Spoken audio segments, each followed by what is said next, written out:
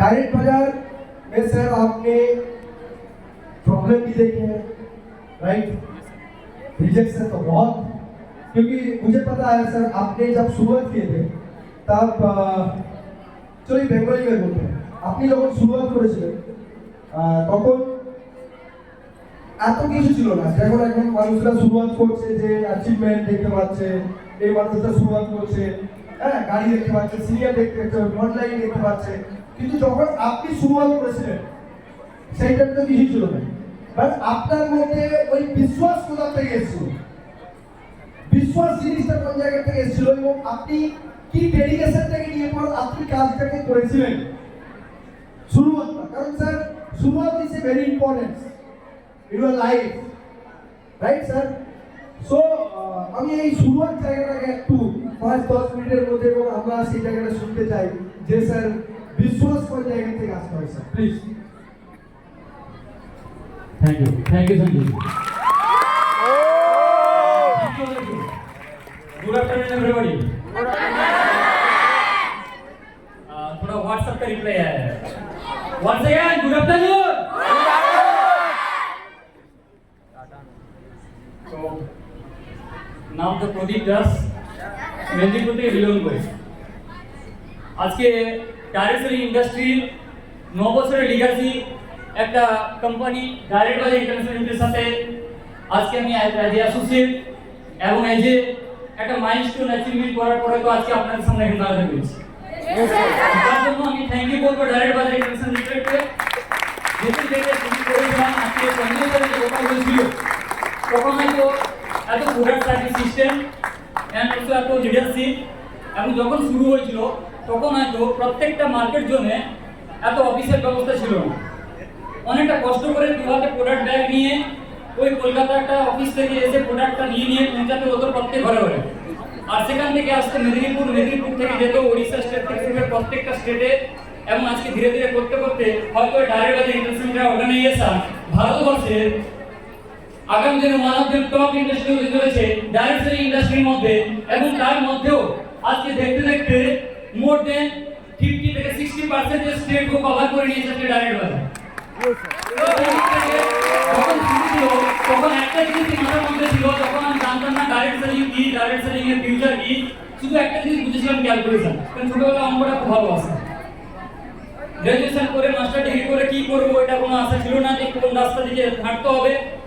চারিদিকে হচ্ছে জবের ক্রাইসিস এবং কম্পিটিটিভ এক্সামের একটা দুধু মুরগুড়ির মতন একটা মরিচিকার মতন পড়ে থাকা একটা সামান্য আমরা হচ্ছে পিছন ছুটে বেড়ানোর একটা বস্তু মাত্র, পাশে মানুষ মাত্র। তো ওই দিক থেকে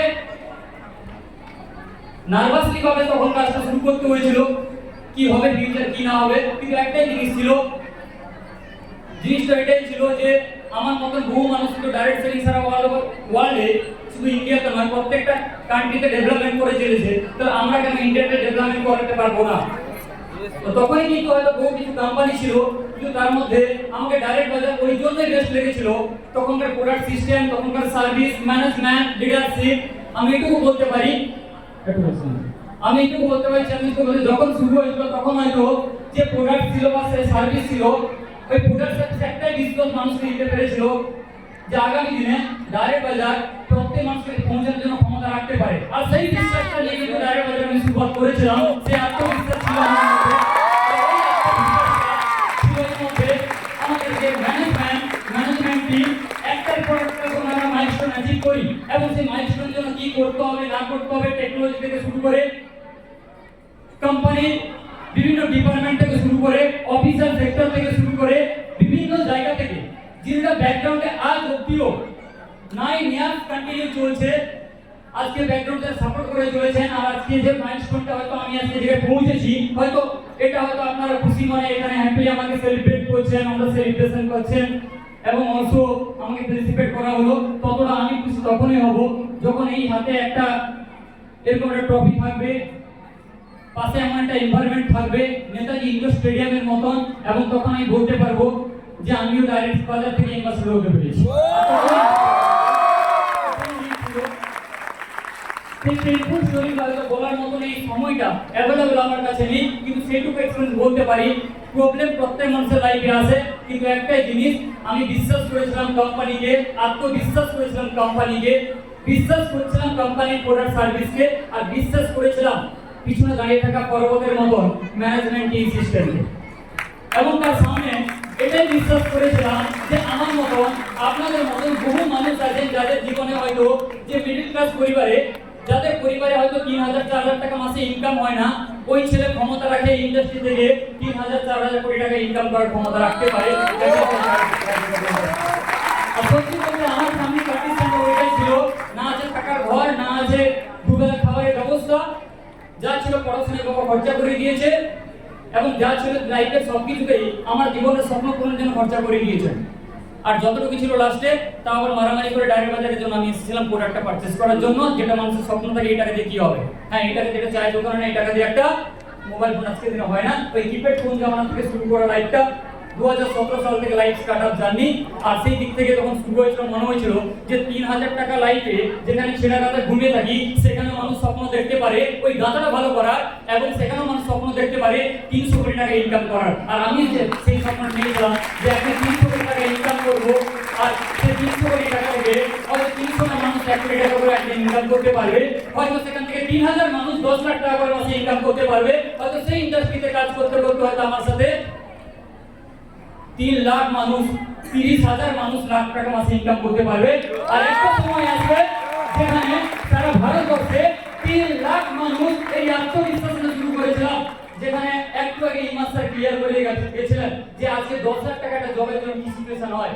আর সেই চ্যালেঞ্জটাও আমার মাথার মধ্যে সেই এক মাইন্ডটা চলে, আর সেই আত্মবিশ্বাসটা বারবার আমার মাইন্ডকে কন্ট্রোল করে, আর সেটাকে আমাকে এগিয়ে নিয়ে যাওয়ার চেষ্টা করে। তাই আমার সামনে যে বাধাগুলো আসে না, এই প্রবলেমগুলো আমাকে ফেস করতে দেয় না, কি আপনাদের মতন কোনো ছোটখাটো জিনিসটাকে প্রবলেমের মধ্যে করে থাকতে দেয় না, কোনো চক্কর বা কোনো কিছুর মধ্যে হয়তো আসতে যায় না। কারণ একটা কথা আছে, কিউ পড়ে है चक्कर में कोई नहीं है डायरेक्ट बाजार के टक्कर में।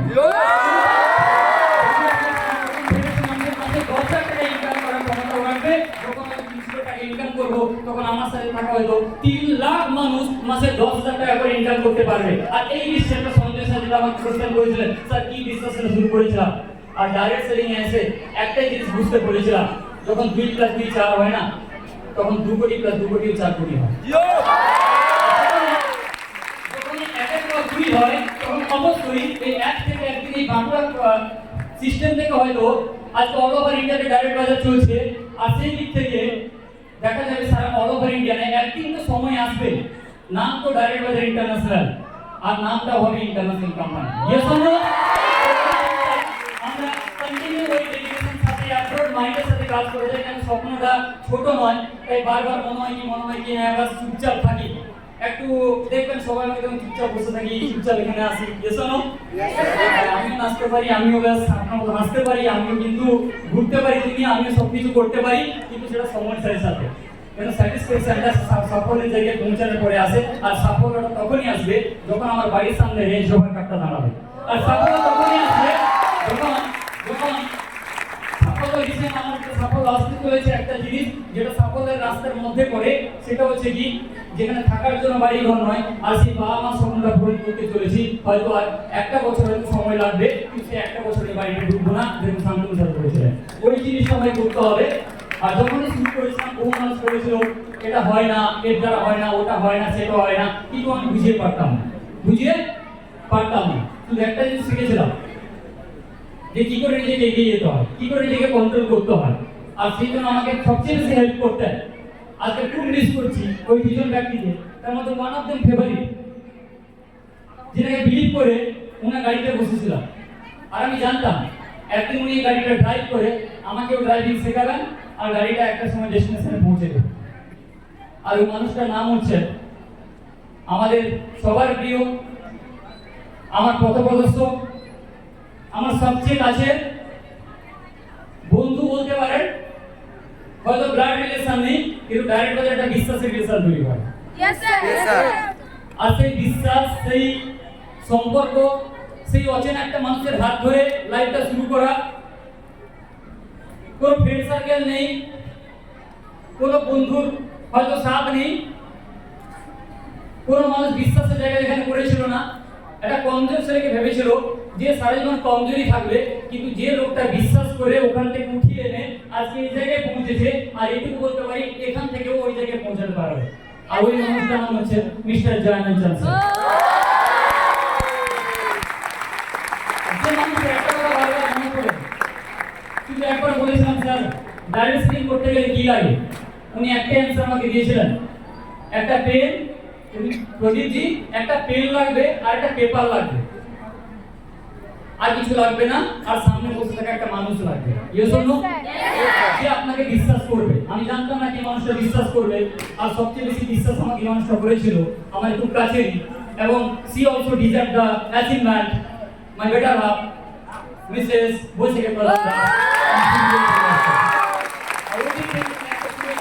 মনে করেছিলাম যে আমার একটা টিম, আমার একটা বিশ্বাস তৈরি হবে, আজকে অল ওভার ইন্ডিয়াতেও প্রত্যেক মানুষ হয়তো বহু স্টেটে কাজ করছে এবং বহু জায়গা থেকে কাজ করতে পারছেন।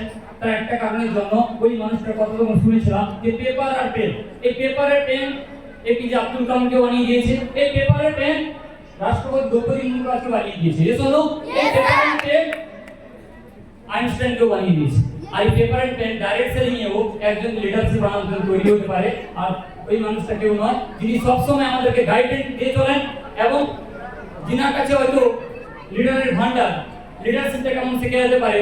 তো মিস্টার সুবল হালদার স্যারের জন্য ক্লাপিং হওয়া দরকার।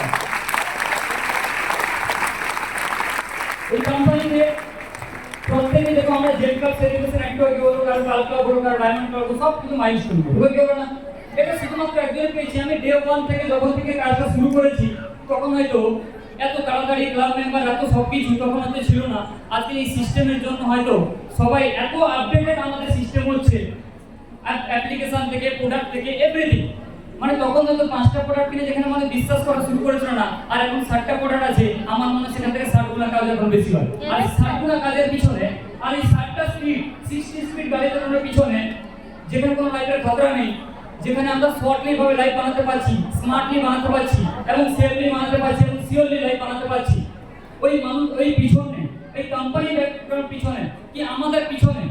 আর সবচেয়ে বেশি আমি যেটাকে ইন্সপিরেশন ভাবি, যদি সারা লাইফে মানুষ কাউকে ইন্সপিরেশন ভাবে, যাকে দেখে মানুষ এগিয়ে যায় এবং তার মাইন্ড ম্যাচটা পুরো সেই লেভেলের মতন হতে যায়, প্রত্যেকটা জিনিসের ওই থট, ওই কথাবার্তা এবং ওই গাইডলাইন যিনি সবসময় দিয়ে চলেছেন।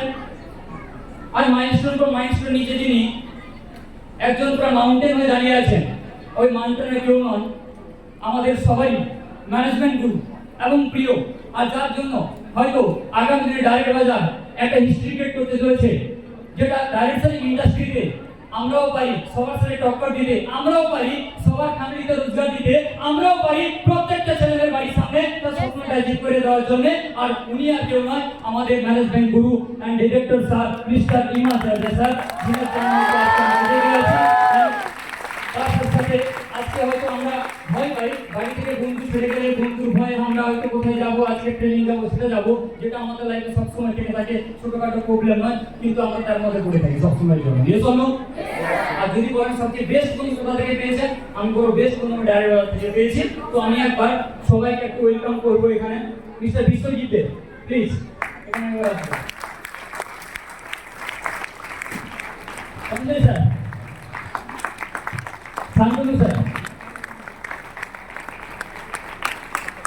অভিজিৎ স্যার, কৌশিক স্যার, শুধু একবার বলেছিলাম এদেরকে সবাইকে। আজকে অতুল স্যার এমার্জেন্সি কাজে বাইরে আছে, প্রেজেন্ট নেই, মানে সবচেয়ে ক্লোজ এই যে অতুল স্যার, ব্যাস অতুল স্যার মানে ইমাজিনেশন করুন, অতুল স্যার আছে, ইমাজিনেশন অতুল স্যার আছে।